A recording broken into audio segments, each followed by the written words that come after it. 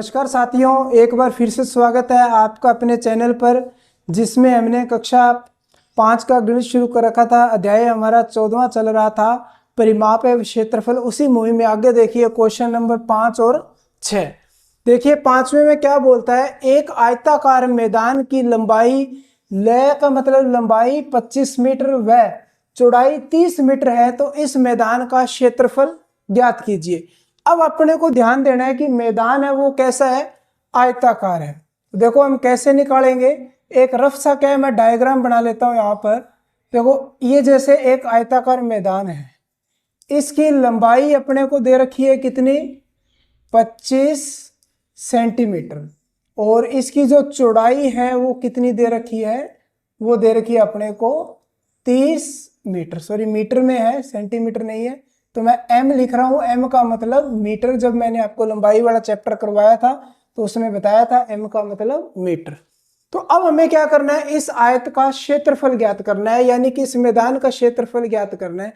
अब जो मैदान है वो क्या है, आयत की शेप में है। तो मैंने आपको बताया था आयत का क्षेत्रफल निकालने के लिए हम क्या करते हैं, उसकी लंबाई गुणा उसकी चौड़ाई, लंबाई और चौड़ाई की गुणा कर देते हैं, तो अपने पास उसका क्या आ जाता है, क्षेत्रफल आ जाता है। तो यहां पर देखो क्या लिखेंगे हम, मैदान का क्षेत्रफल। अब देखो मैदान किसके आकार का है, मैदान है आयताकार। तो आयताकार है तो उसका फॉर्मूला क्या बनेगा अपने पास फॉर्मूला था लंबाई गुणा चौड़ाई। अब यहां पे देख लो लंबाई कितनी है 25 गुणा चौड़ाई कितनी है 30, गुणा कर लो 25 थी है 75, पीछे क्या है 1 0, और पीछे फिर क्या था, मीटर में था, तो ये मीटर स्क्वायर। इस बात का ध्यान रखेंगे, क्षेत्रफल होता है वो हमेशा स्क्वायर के अंदर आता है।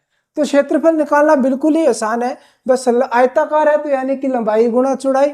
अब लंबाई कितनी थी 25 थी, चौड़ाई कितनी थी 30 थी, तो 25 थी है 75, पीछे 1 0 थी, 1 0 लगा दिया, तो ये इसका क्या हो गया, क्षेत्रफल हो गया। अब आगे देखिए छठा प्रश्न, एक आयताकार टॉवेल की लंबाई 125 सेंटीमीटर व चौड़ाई 60 सेंटीमीटर है, तो इस टॉवेल का परिमाप ज्ञात कीजिए। टॉवेल यानी कि तौलिए की बात कर रहा है, जो हम नहाने के बाद अपना शरीर पोंछते हैं, तो उस तौलिए की बात कर रहा है। कहता है भी एक ऐसा तौलिया जिसकी लंबाई 125 सेंटीमीटर व चौड़ाई 60 सेंटीमीटर है, तो इस टॉवेल का परिमाप का मतलब, अब देखो क्या है अपने पास उत्तर। देखो ये मान लो भी वो टॉवेल है, तौलिया है मेरे पास, वो भी तौलिया अपना ऐसा ही होता है भी एक चौकोर सा। अब वो क्या आयताकार शेप में होता है तौलिया हमारा। अब देखो ये तो होगी उसकी क्या लंबाई, अब लंबाई उसने कितनी दे रखी है, कहता है भी 125 सेंटीमीटर, और ये हिस्सा होता है जो खड़ा, इसको आप क्या बोलते हैं, चौड़ाई। अब चौड़ाई उसकी कितनी है 60 सेंटीमीटर, तो ये लंबाई और चौड़ाई हमने लिख ली। अब हमें क्या करना है, इसका परिमाप बताना है। अब वो जो टॉवेल है, जो तौलिया है, वो क्या आयताकार शेप में है, तो इसका मतलब ये आयत ही है। तो आप क्या करते हैं, यहाँ पे लिख लेते हैं टॉवेल का परिमाप।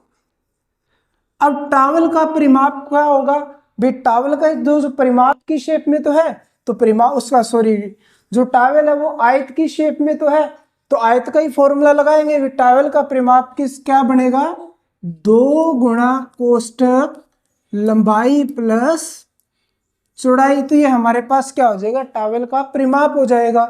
तो अब यहाँ पे बस रख दो भाई 2 गुणा कोष्टक, अब लंबाई कितनी थी 125 सेंटीमीटर प्लस चौड़ाई कितनी है 60। अब दोनों को जोड़ो, 125 और 60 कितने हो गए अपने पास 185, तो 120 और 60 180 और 5 185। अब 2 से गुणा कर दो, 2 से गुणा करें 2 5 10, 10 की क्या आ गई 0, 2 8 16, 16 और 1 17, हासिल आ गई 1, 2 एकम 2, 2 और 1 3, तो अपने पास 370 सेंटीमीटर क्या हो जाएगा, उस तौलिए का परिमाप हो जाएगा। यानी कि उस जो भी टॉवेल है उसका पूरे चारों तरफ का ये जो घेरा है ना, इसकी लंबाई हो जाएगी। भी 125 ये है तो 125 से तो ये होगी, आयत है 60 ये है तो 60 ये होगी। भी 160 और 60 120 तो ये हो गए, 125 ये कितने हो गए अपने पास 250 ये हो गए। 250 में 120 जोड़ दो 370 बढ़ रहे हैं पूरे। तो यानी हम ऐसे भी कर सकते थे। और अगर अपने को फॉर्मूला याद है, भी आयताकार की बात कर रहा है तो आयताकार में लंबाई और चौड़ाई को जोड़ के 2 से गुणा कर देते हैं तो सीधा उसका क्या है परिमाप आ जाता है। उम्मीद करता हूं कि ये आपको प्रश्न दोनों के दोनों अच्छे तरीके से समझ में आगे देखिए क्वेश्चन नंबर है हमारे पास 7वां कि एक वर्गाकार खेत के चारों ओर कटीले तारों का एक घेरा लगाने में 260 मीटर लंबे कटीले तार की आवश्यकता हुई तो इस खेत की भुजा ज्ञात कीजिए। देखो समझो क्या है प्रश्न, ये क्या बोल रहा है कि एक हमारे पास इस प्रकार का वर्गाकार खेत है। अब मैंने बताया था आपको वर्गाकार का मतलब ऐसी आकृति जिसकी चारों की चारों भुजाएं क्या होती है बिल्कुल बराबर होती है, यानी एकदम चकोर होता है ऐसे। भाई ये था कहते हैं इसके चारों तरफ ये ना जो ये घेरा है, इस घेरे को लगाने के लिए कुल कितनी तार लगी 260 मीटर। मतलब ये इसके जो चारों तरफ उसने जो तार लगाई तो एक घेरा लगाने में 260 मीटर तार लगी है। तो अपने को ये बताना है कि इस खेत की भुजा ज्ञात कीजिए, मतलब ये एक भुजा बतानी है अपने को कितनी है। भाई ये एक पता चल गई तो सारी अपने आप पता चल जाएगी। अब देखो इसके क्या है तार लगी है 260, मतलब ये सारी की सारी इसके चारों तरफ लगी है, यानी कि 4 बार ऐसे ये जुड़ी है। तो हम क्या करें 4 से इसको भाग दे दें। भी अगर अपने को इसकी भुजा निकालनी है तो आप क्या करें इसको 4 से भाग दे देते हैं, क्यों चारों की चारों भुजाएं बराबर होती है। अब खेत कैसा है वर्गाकार है, तो अब हमें पता है कि वर्ग का परिमाप। अब वर्ग का परिमाप क्या होता है 4 गुणा भुजा। अब अपने को क्या है भुजा तो निकालनी है। अब देखो परिमाप कितना दे रखा है 260। भी उसने बता दिया भी इसके चारों तरफ जो भुजा है यानी कि तार लगाई है चारों भुजाएं 260 मीटर लंबी लगी है, तो परिमाप तो हो गया 260।